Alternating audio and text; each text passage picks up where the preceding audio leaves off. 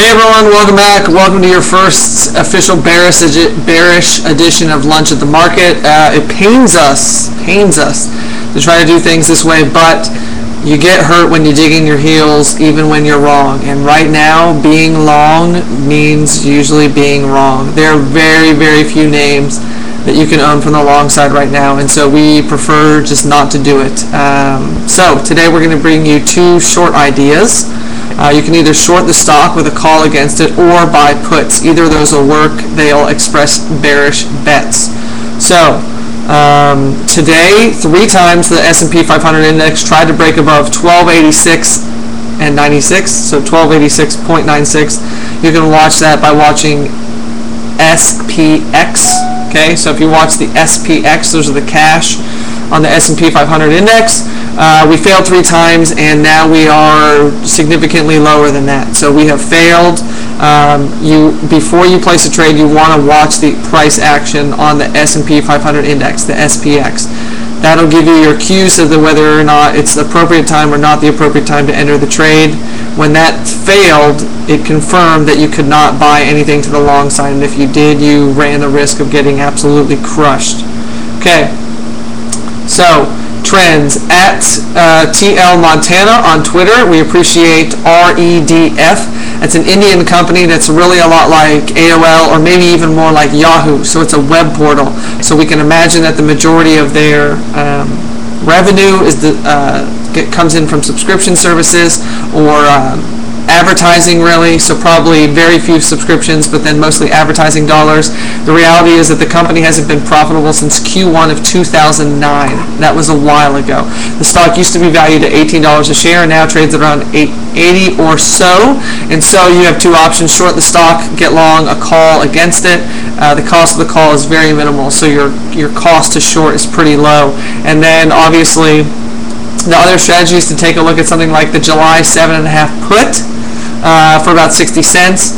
This is a stock that if it gets any closer to $8 a share, so it's at around $8.80 right now, if it declines another 10%, then you could easily see 80 cents for that option and then exit. Again, on these long puts, you do not need to get to expiration. In fact, you probably don't want to get to expiration because time value gets sucked out of these options, especially when you're out of the money. So what you want to do is just play the move, play the event. You get 17, 20, 30, 40, 60, 70% moves, and these options, take them off the table. You got to be a lot more nimble. You're just going to have to keep laying trades out if you want to participate in this market. The other option is, of course, to go to cash and just wait for better days. Wait for better days. This is not it. These are not better days. This is not a pretty market, and so be careful out there. The other trade is Skechers, SKX. This stock really took it on the chin and has so for a long time, but as we've seen from Cisco and Hewlett-Packard and Bank of America and Goldman Sachs, cheap stocks just keep getting cheaper. And so this is a single-digit PE, but the forward PE is actually higher, indicating that analysts believe that they, down 79% year over year quarterly earnings is going to continue. And so the projections are for lower earnings next year, which means even if it trades with the same multiple, you're going to get a lower stock price based on lower EPS numbers.